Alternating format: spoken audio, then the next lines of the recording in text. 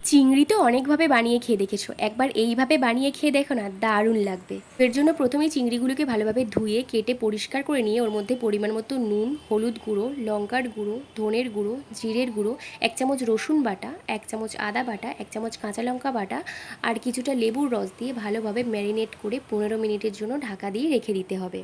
এরপর একটা অন্য বাটিতে কিছুটা বেসন নিয়ে ওর মধ্যে পরিমাণ মতো নুন, লঙ্কার গুঁড়ো, হলুদ গুঁড়ো আর অল্প অল্প জল মিশিয়ে একটা ব্যাটার তৈরি করে নিতে হবে। আর খেয়াল রাখবে যাতে ব্যাটারটা বেশি পাতলা না হয়ে যায়। এখন প্রসেসটা একটু ভালোভাবে দেখে নাও। 15 মিনিট পর চিংড়িগুলোকে নিয়ে ওর মাঝ বরাবর একটা করে টুথপিক গেঁথে দেবো। আর টুথপিকটা এজন্যই গাঁথা যাতে চিংড়িগুলো ভাজার সময় মুড়ে না যায়। এখন সব চিংড়িগুলোকে একই প্রসেসে তৈরি করে নেওয়ার পর বেসনের ব্যাটারে ডুবিয়ে একে একে ভেজে নিতে হবে। সবগুলোকে ভালোভাবে এদিক ওদিক উল্টে পাল্টে ভেজে নিতে হবে। আর যখন দেখবে হালকা হালকা লাল হয়ে গেছে তখনই তুলে নিও। চিংড়ির এই রেসিপিটা একবার অবশ্যই বানিয়ে খেও। এটা সস দিয়ে খেতে কিংবা সন্ধেবেলা চায়ের সাথে স্ন্যাক্স হিসাবে খেতে দারুণ লাগে।